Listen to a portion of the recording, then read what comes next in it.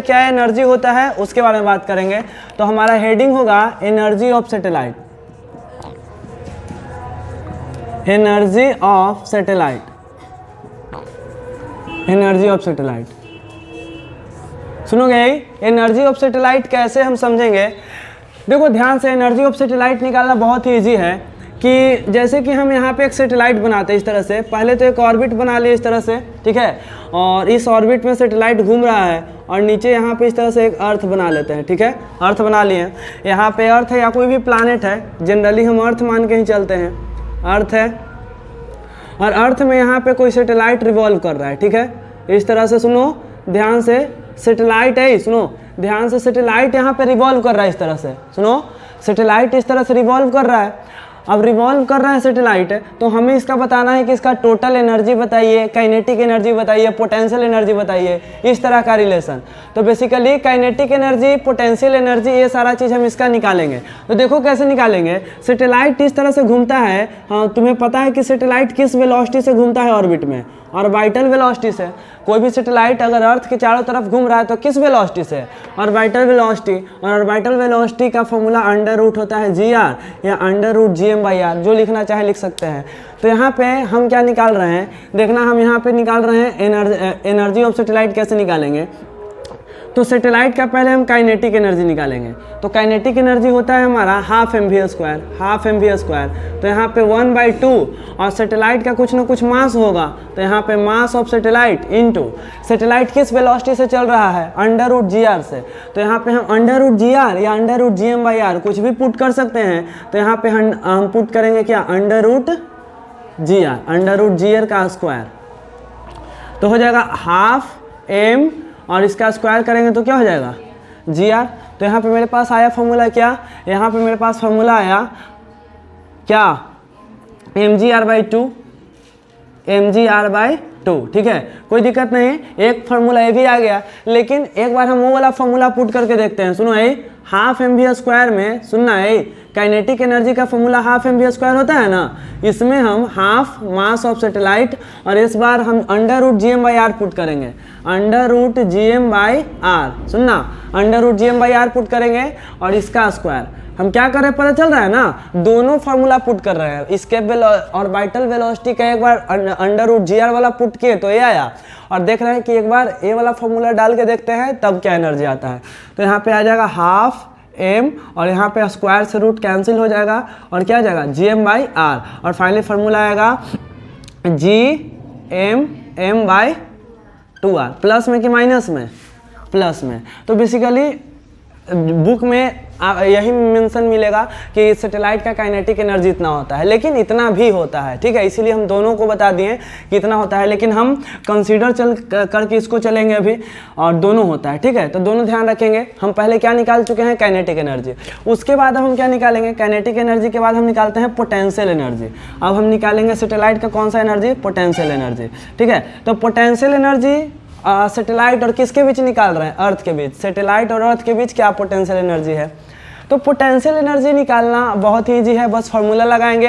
Potential energy क्या होता है, एक बंधा हुआ एनर्जी, मतलब कि सैटेलाइट और अर्थ के बीच में कितना एनर्जी बाउंडेड है, अर्थ सैटेलाइट को किस एनर्जी से बांधे हुए हैं, ठीक है। तो उस एनर्जी को बोलते हैं हम कौन सा एनर्जी बोल देंगे, पोटेंशियल एनर्जी। तो पोटेंशियल एनर्जी का फार्मूला -G(m1m2/r), यही होता है ना, -G(m1m2/r), r होता है मतलब कि दोनों के बीच का दूरी। तो हम दोनों के बीच में पोटेंशियल एनर्जी निकाल रहे हैं। तो पोटेंशियल एनर्जी निकालेंगे कैसे, तो देखो ध्यान से, पोटेंशियल एनर्जी निकालेंगे यहाँ से -G, और उसके बाद m1 मतलब मास ऑफ अर्थ, और m2 मतलब मास ऑफ सैटेलाइट, और दोनों के बीच का दूरी। तो हम एज्यूम करके चल रहे हैं कि सैटेलाइट बहुत नज़दीक में उड़ रहा है, ठीक है, सैटेलाइट जो बहुत नज़दीक में रिवॉल्व कर रहा है अर्थ के नज़दीक में। तो अर्थ का रेडियस है, और ये वाला दूरी को हम नेगलेक्ट करके चलते हैं, क्योंकि 200 किलोमीटर 150 किलोमीटर की ऊंचाई पे सैटेलाइट उड़ता है। तो अर्थ का रेडियस 6400 किलोमीटर के सामने वो वाला जो हाइट है वो नेगलेक्ट करके चलते हैं। तो यहाँ पे R की जगह कैपिटल R लिखे कि स्मॉल r लिखे, कैपिटल R लिखते हैं, क्योंकि अर्थ के रेडियस के बराबर ही ऊपर वाला हाइट को नेगलेक्ट कर दिए। तो मेरे पास फॉर्मूला क्या आया, बोलो, पोटेंशियल एनर्जी कितना आया सैटेलाइट का, -G(m)/r, ठीक है। तो देखो काइनेटिक एनर्जी दो तरह से आया और पोटेंशियल एनर्जी आया -gmm/r, ठीक है। तो कहीं ना कहीं कुछ ना कुछ रिलेशन दिख रहा है जो कि बेसिकली क्वेश्चन में यूज किया जाता है। देखो इसमें है -gmm/r और इसका है +gmm/2r, तो कुछ ना कुछ काइनेटिक एनर्जी और पोटेंशियल एनर्जी में रिलेशन होगा। तो हम इसको क्या करेंगे, सुनना ध्यान से, हम क्या करेंगे, हम डिवाइड दे देंगे सिंपली, काइनेटिक एनर्जी और पोटेंशियल एनर्जी को डिवाइड दे देंगे और देखेंगे कि क्या रेशियो आता है। तो हम यहाँ पे लिखेंगे, देखना कि relation between kinetic energy and potential energy of satellite. अब ऑफ सैटेलाइट हम नहीं लिख रहे हैं क्योंकि हम सैटेलाइट के बारे में ही बात कर रहे हैं, एनर्जी ऑफ सैटेलाइट। तो सैटेलाइट का काइनेटिक एनर्जी और सैटेलाइट का पोटेंशियल एनर्जी में क्या रिलेशन है। तो रिलेशन जब भी पता करना है तो डिवाइड दे दो या रेशियो निकाल दो, यही रिलेशन पता चल जाएगा। तो देखो ध्यान से हम क्या करेंगे, काइनेटिक एनर्जी के फॉर्मूला लिखेंगे gmm/2r और इसको डिवाइड देंगे यानी कि फिर से मल्टीप्लाई में बदलेगा और ये कितना से डिवाइड दे रहे हैं, इतना से, ठीक है। तो r चल जाएगा ऊपर और आ जाएगा कौन, gmm -gmm। अच्छा, हम कितना से कितना में डिवाइड दे रहे हैं, काइनेटिक एनर्जी को डिवाइड दे रहे हैं किससे, बताओ किससे, पोटेंशियल एनर्जी से, ठीक है। तो कुछ ऐसा आएगा क्या, बोलो ऐसा आएगा। तो हमें क्या देखने को मिल रहा है कि GM और GM यहाँ से कट गया पूरा, GMM कट गया पूरा यहाँ से यहाँ, और R से R भी कट गया। तो बचा क्या मेरे पास है कि काइनेटिक एनर्जी बटा potential energy is equal to क्या, जी भी कट गया, ठीक है। तो kinetic energy by potential energy is equal to हमारा क्या हो गया, इधर में बचा 1/2 बचा ना, -1/, ऐसा बचा क्या कुछ, -1/2। तो मेरे पास जो रिलेशन आया वो ये आया कि kinetic energy is equal to, अगर दोनों तरफ क्रॉस मल्टीप्लिकेशन करते हैं तो आया potential energy is equal to -2 into kinetic energy. 2 kinetic energy होगा ना, 2 इंटू के, और इधर होगा माइनस पोटेंशियल एनर्जी, तो माइनस को हम इधर भेज दिए काइनेटिक एनर्जी की तरफ। यानी कि जितना काइनेटिक एनर्जी है, ठीक है, लिखते उधर ऊपर देखो, जितना काइनेटिक एनर्जी है, सुनना ध्यान से, जितना काइनेटिक एनर्जी है अगर उसको 2 से मल्टीप्लाई कर देते हैं, सैटेलाइट के पास जितना भी काइनेटिक एनर्जी है उसको -2 से मल्टीप्लाई कर दो, सैटेलाइट का क्या मिल जाएगा, पोटेंशियल एनर्जी, ठीक है। तो बहुत बढ़िया रिलेशन है, बहुत बार क्वेश्चन में यूज किया जाता है कि if A satellite revolving around the orbit of earth, ठीक है, near the orbit of earth having kinetic energy का कुछ वैल्यू दे देगा, बोलेगा फाइंड द पोटेंशियल एनर्जी। तो लंबा चौड़ा प्रोसेस करो, उससे अच्छा है डायरेक्ट -2 से मल्टीप्लाई करो, क्या मिल गया, पोटेंशियल एनर्जी, ठीक है। अब बात है कि पूछता है what is the total energy of satellite, क्या पूछता है, टोटल एनर्जी। तो अब हम यहाँ पे कैलकुलेट करेंगे total energy of satellite, total energy of satellite, ठीक है। सैटेलाइट का भाई टोटल एनर्जी कितना होता है, सुनोगे ध्यान से, सैटेलाइट का टोटल एनर्जी कितना होता है। तो सैटेलाइट का टोटल एनर्जी को समझने के लिए हम क्या जानते हैं, कोई बताएगा, टोटल एनर्जी किसको बोलते हैं, पोटेंशियल एनर्जी और काइनेटिक एनर्जी को, पोटेंशियल एनर्जी और काइनेटिक एनर्जी को ऐड कर देते हैं तो हमारा क्या मिल जाता है, क्या मिलता है, टोटल एनर्जी। तो बेसिकली टोटल एनर्जी के लिए total potential energy plus total kinetic energy, वही मिलेगा हमारा टोटल एनर्जी ऑफ सैटेलाइट। तो हम तो निकाल ही चुके हैं, काइनेटिक एनर्जी का वैल्यू पता है, पोटेंशियल एनर्जी का वैल्यू पता है, ठीक है। अगर किसी को डाउट है कि भैया आप यहाँ पे काइनेटिक एनर्जी को, काइनेटिक एनर्जी में ये वाला फॉर्मूला क्यों नहीं लिखे, क्योंकि फिर कैंसिलेशन नहीं होता, ठीक है। यही दोनों में रिलेशन दिख रहा था, इसीलिए यही दोनों को डिवाइड किए हैं। वैसे भी फॉर्मूला काइनेटिक एनर्जी का सही ही है, गलत नहीं है, ठीक है। सुनोगे ध्यान से, potential energy plus kinetic energy. तो बात करेंगे पोटेंशियल एनर्जी कितना है भाई, तो पोटेंशियल एनर्जी सैटेलाइट का कितना है, -gmm/r। तो यहाँ पे लिखेंगे -gmm/r, ठीक है। अच्छा, और सैटेलाइट का जो है, सैटेलाइट का काइनेटिक एनर्जी कितना है, सैटेलाइट का kinetic energy plus gmm/, plus G M M by 2r। चलो ठीक है, अब दोनों को थोड़ा सा ऐड, ये हमारा हो गया टोटल एनर्जी। टोटल एनर्जी को हम लिख देते हैं ऐसे, टोटल एनर्जी, ठीक है। अब r और 2r का एलसीएम लेंगे, तो r और 2r का एलसीएम लेंगे तो कितना हो जाएगा हमारा, 2r एलसीएम हो जाएगा, 2r एलसीएम होगा ना, तो उधर से ऊपर हो जाएगा हमारा कितना, r से 2r में, तो -2 GMM, अच्छा, और यहाँ से प्लस GMM, तो कितना GMM हो गया, -2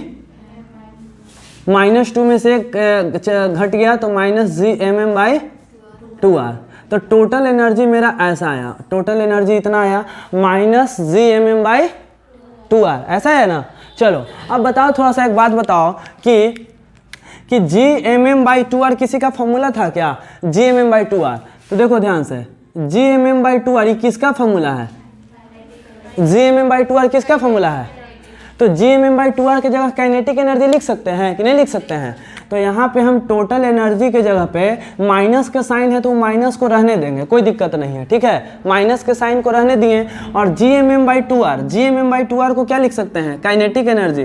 तो GMM बाई 2r जो है काइनेटिक एनर्जी का फॉर्मूला है, तो जो हम घेरा लगाएं उसके लिए हम क्या लिख देंगे, काइनेटिक एनर्जी। यानी कि एक और बहुत इंटरेस्टिंग बात पता चला कि अगर हमें काइनेटिक एनर्जी पता है और उसके आगे माइनस बस लगा दो, काइनेटिक एनर्जी के आगे माइनस लगा दो, बस वो फॉर्मूला हो गया किसका, टोटल एनर्जी का, ठीक है। काइनेटिक एनर्जी के आगे माइनस लगा दो, फॉर्मूला हो गया हमारा टोटल एनर्जी का।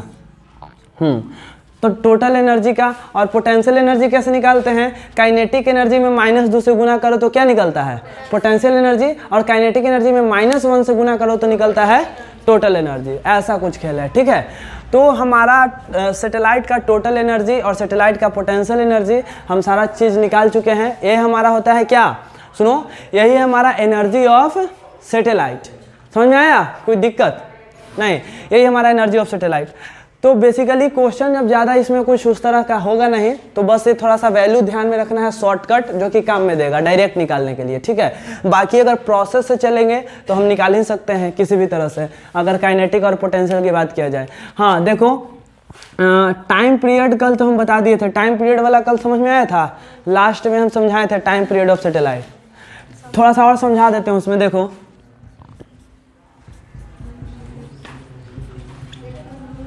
Time period of satellite, time period of satellite, सुनो, उस सैटेलाइट का हम टाइम पीरियड निकालेंगे जो कि अर्थ के बहुत नजदीक रिवॉल्व कर रहा है, revolving very close to earth,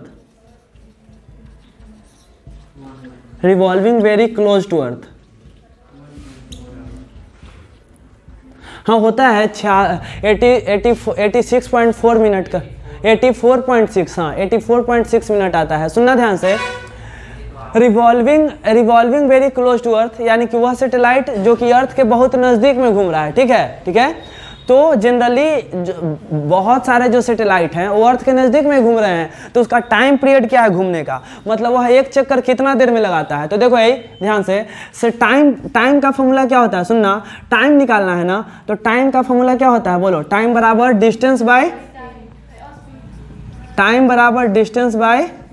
speed, distance by speed.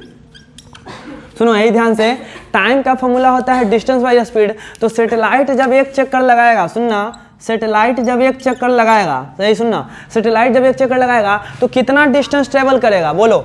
Satellite एक चक्कर लगा लिया, तो यह सर्कल है ना, यह सर्कल है, तो सर्कल में जब कोई एक चक्कर लगाता है तो 2πr कवर करता है। कितना कवर करता है, 2πr। तो यहाँ पे हम लिखेंगे 2π और r है रेडियस, आर किसका है, रेडियस, किसका रेडियस, सैटेलाइट जिस ऑर्बिट में चक्कर लगा रहा है उसका रेडियस। उसका रेडियस हम कैपिटल आर क्यों लिखे हैं, कैपिटल आर क्यों लिखे हैं, देखो ध्यान से, बेसिकली बात ऐसा है कि ये अर्थ है, ठीक है, ये अर्थ है और अर्थ के चारों तरफ ही सैटेलाइट ऐसे घूम रहा है, तो अर्थ के रेडियस को लिखते हैं कैपिटल आर, और सैटेलाइट थोड़ा ऊंचाई पे उड़ता है जिसको बोलते हैं एच, ठीक है।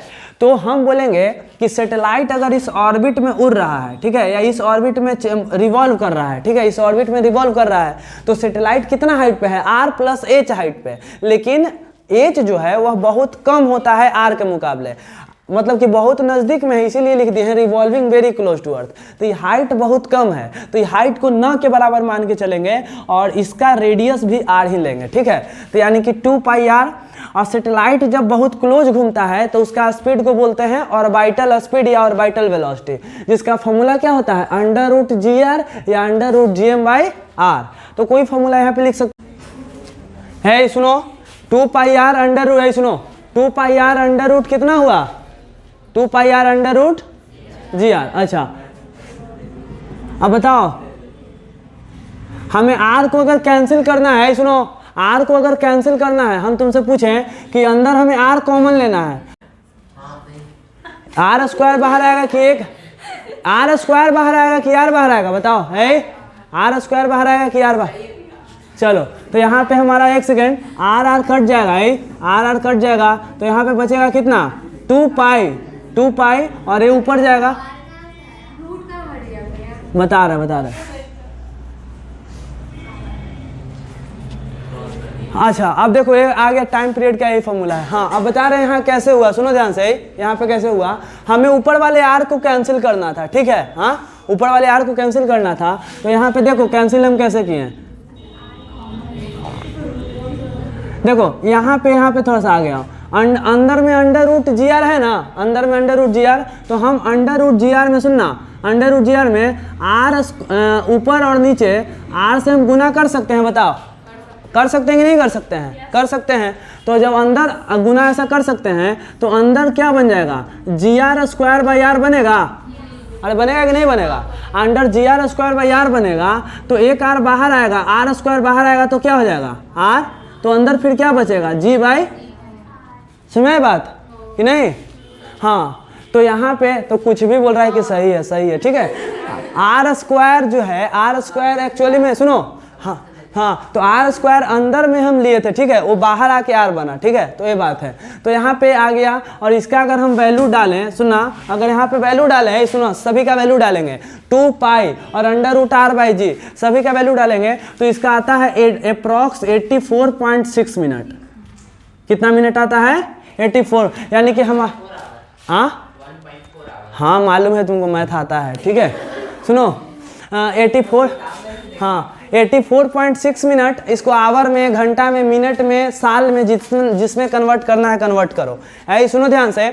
तो बात ऐसा है कि हमारे आसपास के जो भी सैटेलाइट रिवॉल्व कर रहे होते हैं, ठीक है, उसका टाइम पीरियड होता है 84.6 मिनट, एक चक्कर इतना में। तुम्हें ध्यान होगा कि ऐसा वैल्यू एक बार और आया था कि अर्थ कितना स्पीड से घूमने लगे कि इक्वेटर पे जी का वैल्यू क्या हो जाए 0, तो उसका वैल्यू कितना आया था 84.6 मिनट, ठीक है। तो मतलब ऐसा एक्सप्रेशन भी उसका भी आया था, वहाँ पे हम वैल्यू निकलवाए भी थे, ठीक है। 84 पॉइंट समथिंग वहाँ पे भी आया था। वहाँ लगता है जी का वैल्यू 10 लिए थे, तो 90 मिनट के आसपास आ गया था।